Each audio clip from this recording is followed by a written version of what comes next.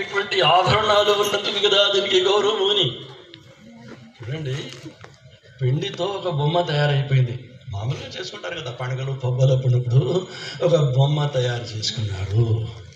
బొమ్మ తయారు చేసుకుని దానికి నెమలి పింఛం పెట్టినారు. ఆ బొమ్మకి మేఘవర్ణం పెట్టినారు. ఇంకా చేతిలో మురళి, గొంతులో మాల, ఈ కాలు ఇట్లా వేసుకుని మూడిపించాడు. సాక్షాత్ శ్రీకృష్ణుడి బొమ్మ. అవును, అక్కడ అటువంటి బొమ్మను ఏం చేస్తామంటే పూజా స్థలంలో పెట్టి మనం పూజిస్తాం, ఆచారం ప్రకారం అంతే కనుక. అవునా, ఆ పిండితో తయారైన బొమ్మకు వేషం ఏది వేసినారు? కృష్ణుని యొక్క వేషం వేసినారు. నెమిడి పెంచం పెట్టినారు, మేఘవర్ణాన్ని అద్దినారు, చేతితో మురళి ఇచ్చినారు. వాళ్ళు నిలబెడితే పూజా స్థలంలో పూజింపబడుతుంది. అది ఒకవేళ ఆ బొమ్మ చిచి నాకెందుకు ఈ నెమలి పింఛం, ఇది ఈ గొల్లవాని పిల్లలకు నేను ఎందుకు పెట్టుకోవాలా చి అని పారేసిందనుకో, పారేస్తే ఆ బొమ్మ స్థానం ఎక్కడ ఉంటుంది అని దిబ్బగుంతలో ఉంటుంది. అవునా కదా?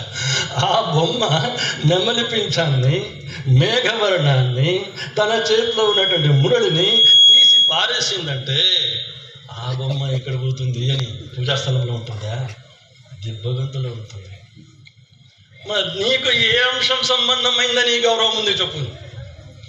ఏ ఆభరణం నీకు ధరించబడింది, ఎందుకు నీకు ఈ గౌరవం ఉంది? ఆ ఆభరణం పోయిన తర్వాత నీ గతి ఏమవుతుంది అని నువ్వు కూడా మన్నుగుంతలోనే. అసలు దాటిపోయిన తర్వాత ఆ ఆభరణాలు ఇక్కడి నుంచి పోయిన తర్వాత దీనికి ఏమైనా విలువ ఉంటుందా? దీనికి ఏమైనా గౌరవం ఉంటుందా? పనికి రాని దీపాకి కాదండి. మేల్కోవడం అంటే తెలుసుకోవడం, మేల్కోవడం అంటే విచారణ చేయడం. ఏమిటా విచారణ స్వామి అంటే, ఆనాడు వాన్లోకంలో మేమెట్లా ఉంటిమి, ఈనాడు మా లోకంలో వాడు ఎట్లా ఉన్నాడు అని. ఎందుకంటే ఆనాడు మనం వాన్లోకంలో ఉన్నటువంటి వాళ్ళమే, మన ఈనాడు వాడు మా లోకంలో వచ్చినాడు. ఆనాడు వాన్లోకంలో మేము ఉన్నప్పుడు వాడెవడో మేము తెలుసుకోలేదు.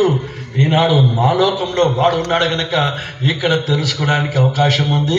తెలపడానికి గురుదేవుణ్ణి మా ఇంట పంపించినాడు. విచారణ చేసుకో ఇక్కడ అని. ఇక్కడ మనకు సమయం దొరికింది. ఇక్కడ మనకు ఆ ఆనందాన్ని అనుభవించడానికి మానవ జన్మ అవకాశం ఇస్తుంది. అయితే నువ్వు విచారణ చేయకుండా, నువ్వు తెలుసుకోలేకుండా, సద్గురునాథుని సన్నిధానాన్ని ఆశ్రయించకుండా, ఆ సేవలో విచారణ చేయకుండా జీవితాన్ని గడుపుతున్నవే. అందువల్ల మహాత్ములు జాగ్రత్త, హెచ్చరిక. రేపటి దినం మళ్ళీ నువ్వు పోవాల్సి ఉంది గనక ఇక్కడ ఉండడానికి నువ్వు రాలేదు, ఉండేకి ఇక్కడ అవకాశం లేదు. ఎన్నాళ్ళు బ్రతికితేనేమి